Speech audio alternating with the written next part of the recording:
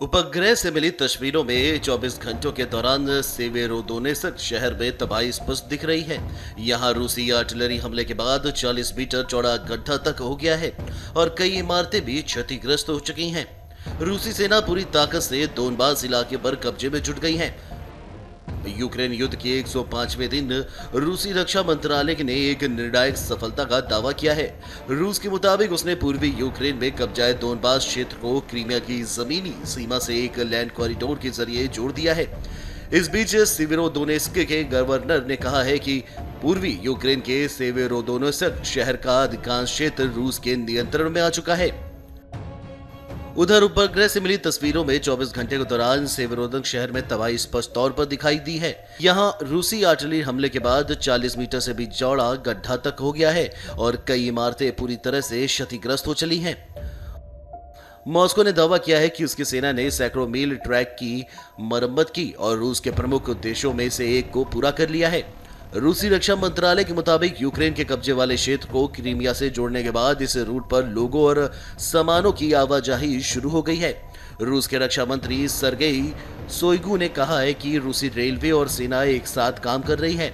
1200 kilometre की rail पटरी शुरू हो गई है, जिससे पूर्वी यूक्रेन और क्रीमिया के बीच सुगम यातायात शुरू हो गया है।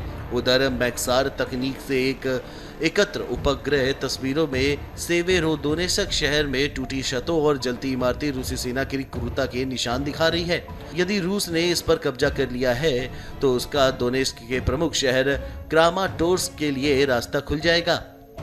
रूस ने यूक्रेन से क्रीमिया को 2014 में अलग कर दिया और वहां अपना कब्जा कर लिया था। इसके बाद रूस को पश्चिमी देशों ने G8 से हटा दिया और G7 बना लिया।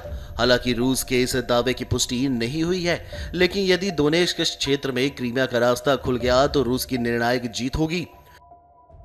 रूसी रक्षा मंत्री शोइगु ने आगे कहा कि उत्तरी क्रीमिया नहर, जिसे क्रीमिया की लाइफलाइन कहा जाता है, उसके पानी की आपूर्ति भी शुरू कर दी है।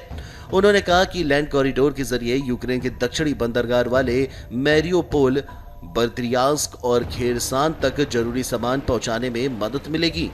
रूस ने कहा कि राष्ट्रपति व्लादिमीर पुतिन के आदेश पर हम गेहूं की सप्लाई करने के लिए तैयार हैं। इससे पहले रूस के प्रवक्ता दिमित्री पेस्कोव ने कहा कि यूक्रेन को अनाज के जहाजों को दुनिया भर में पहुंचाने के लिए समुद्र में लगाई गई माइंस को हटाना चाहिए। उन्होंने कहा कि हमारी सेना हर जहाज की जांच करेगी और उनके जरिए हथियार न पहुंचाए जाने की तसल्ली करने के बाद जहाजों को बंदरगाहों तक जाने दिया जाएगा। Video desk amarujala.com।